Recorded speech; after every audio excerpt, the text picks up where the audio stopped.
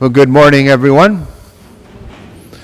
You know, when I was a youth, I was never a Boy Scout.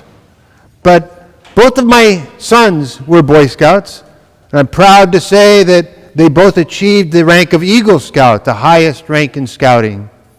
And when my sons were scouts, I was one of the adult leaders in the scout troop, which means that I got to go with them on backpacking trips and other outings like that. And I got to learn a little bit about what it means to be a Boy Scout. And one of the first things that I learned in scouting was the scout motto, be prepared. Right? Well, this week as I was praying and reflecting on our gospel passage for Mass today, I found myself thinking of the scout motto. It's the first thing that came to mind. Because this gospel is all about being prepared. And honestly, this is not a new revelation for me. I mean, as long as I have been aware of the scout motto, I've kind of associated it with this gospel. But with everything going on in my life right now, this week I kind of viewed this gospel passage through a fresh set of eyes. This gospel with the message of preparedness. Because for my wife Carrie and I, the past 5 weeks have been all about getting prepared. Preparing to sell our house, a place we have called home for the past 30 years.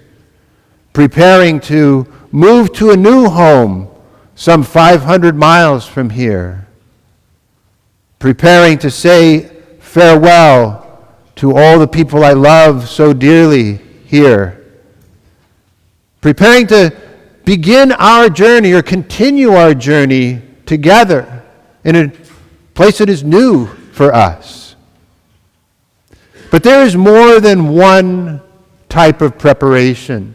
There is physical preparation and there's spiritual preparation.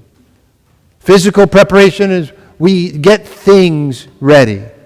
Spiritual preparation, we invite God into that process. And these two types of preparation work hand in hand together. Now, in scouting, for our physical preparation, we were guided by the 10 essentials. These are things that you have to have if you're going into the wilderness. Things like a map and compass. Things like sun protection, rain protection. Things like food for the trail and water. And before we would leave for a backpacking trip, we always got together for a pack check meeting. Make sure that everyone has what they need, but not too much of anything. And that everyone is well prepared for a successful outing. And the key to successful preparation is to prepare not only for what we are expecting, but to prepare also for the unexpected. And God also can help us to prepare for the unexpected.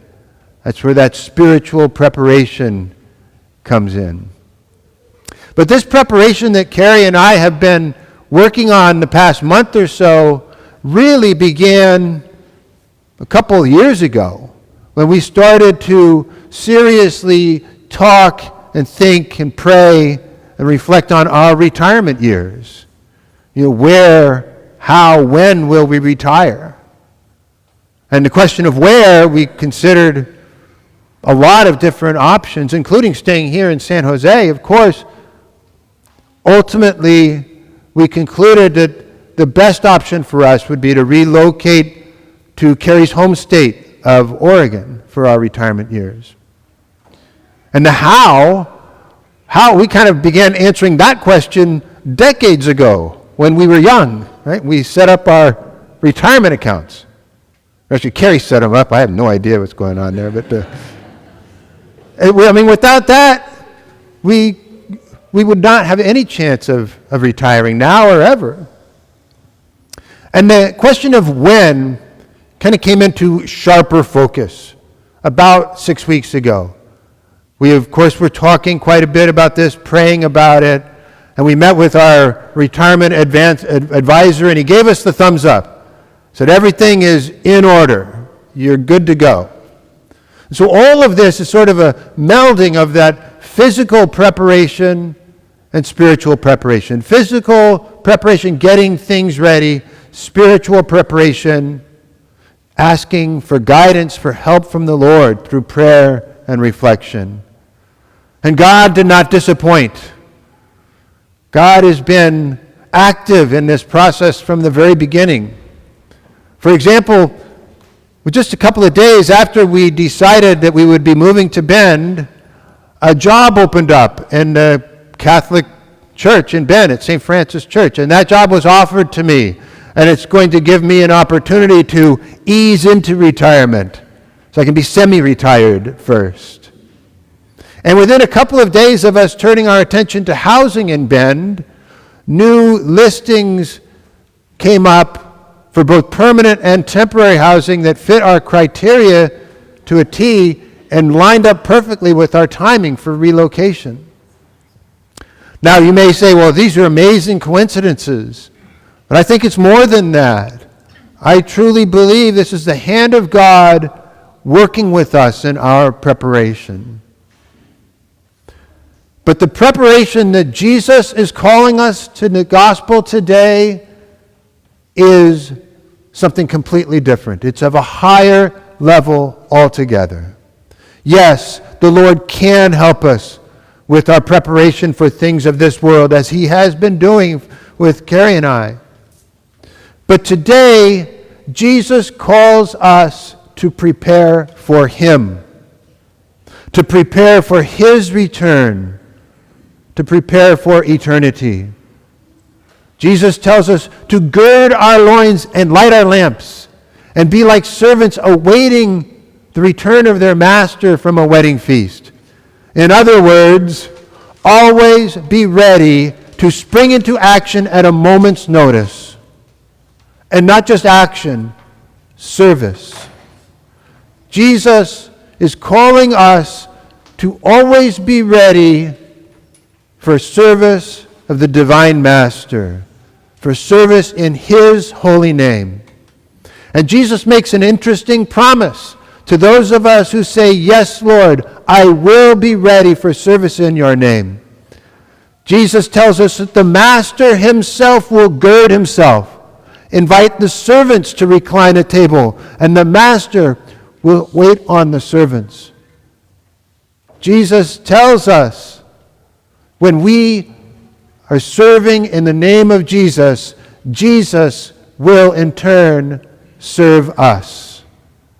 And we do not have to wait for the last day, because Jesus serves us here, today, at this Eucharist, at every Eucharistic celebration around the world, every day. When we gird our loins and light our lamps, Jesus serves us. He feeds us with his precious body and blood at the Mass. So how do we do that? How do we gird our loins and light our lamps for the Lord? How do we be in service for the Lord? Well, that's your homework. Because the answer to that question is different for each of us. And so this week for your homework, I invite you to reflect on that question. How can we be in service for the Lord? How can I best answer that call?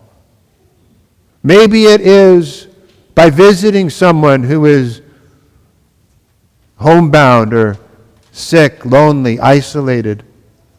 Maybe it is by forgiving someone who you feel has wronged you.